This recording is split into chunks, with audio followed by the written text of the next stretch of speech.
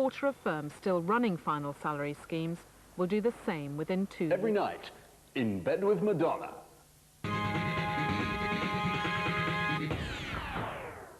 Madonna, excuse me, Madonna, what's the new single like? The old one.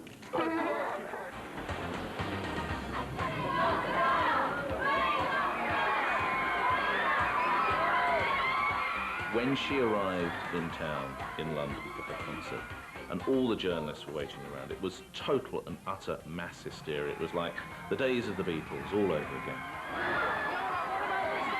By 1987, Madonna was a superstar.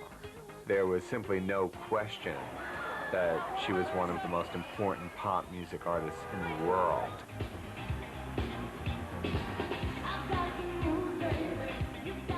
The summer of '87, Britain comes to a standstill to kneel at the altar of Madonna.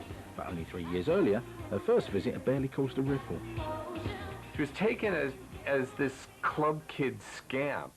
There was a sense that she was somebody who was going to be disappearing in a moment or two, but in fact, she was the future. Don't put me off, 'cause I'm on fire, and I can't quench my desire. When she first came over to the UK, she played the Camden Palace for a 20-minute set in 1984, did the Tube from the Hacienda, and played the Beetroot Club in Soho. And I deserve the imposition that you don't even know. She comes back and she does Wembley Stadium for 2 nights, completely sold out. I mean, there's no middle ground with her. In Fleet Street and Wapping, the big guns were mobilised as wheezing news hounds tracked Madonna's every move. When she came to this country, it was quite amazing because I've never seen so many journalists get so fit so quickly, because she would go out on these daily jogs to Hyde Park, and you get the fattest and most drunken journalists sort of trying to keep up with her. She turned it into a daily media event by going for a jog every day. So you would literally be there very early in the morning to catch her going into Hyde Park with, of course, you must have the personal trainer, the chef, a couple of assistants, her own PR. I think at the height of it, Madonna had about 12 people running with her. God knows what they did. Perhaps one of them was chanting as they went through the park. I've no idea. But it just added to the entourage and the craziness of the whole event. Smiling, an invitation to the dance. Her heart is on the street to go to... Whilst Madonna and her Imperial Guard were pounding the pavements, her money-making machine was in full swing. Madonna put together a kind of media team, you know, so that it's not just about her. It's about her and the producer, her and the video director, her and her various collaborators. The skill of Madonna, and indeed her people, was that her sense of commercialism was absolutely all-embracing. Madonna marshaled all of those forces like a military commander. Last night I dreamt of San Pedro.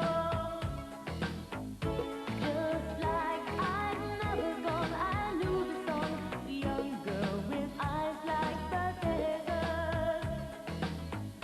It all seems like yesterday, not far away. With 3 smash hits and a sellout tour, everything was going to plan, almost. There were 2 things that even Madonna couldn't control: her eyebrows and her husband. I specifically don't want to discuss Sean and how he handles himself. He is a grown man and he makes his own decisions about that. And when he wants to talk to the public about it, he can do that, but I don't want to. I don't see that marriage as anything that had to do with image making. I think it was very real, you know, problematic, you know, fraught with all kinds of problems, but, you know, as real as relationships are. These were 2 very fiery, very fiercely individual characters who were either going to slug it out in a barroom brawl or they were going to marry each other. Now, unfortunately, they decided to marry each other, and we all know the rest is history. Hollywood wild man Sean's hobbies at the time, rumoured to feature violence and booze, led to a brief spell inside, and added yet more column inches to the myth that is Madonna.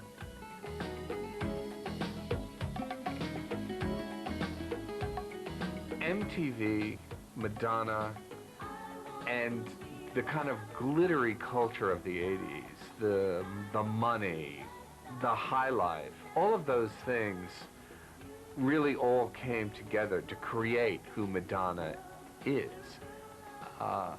You know, 1987 represented kind of the apex of that.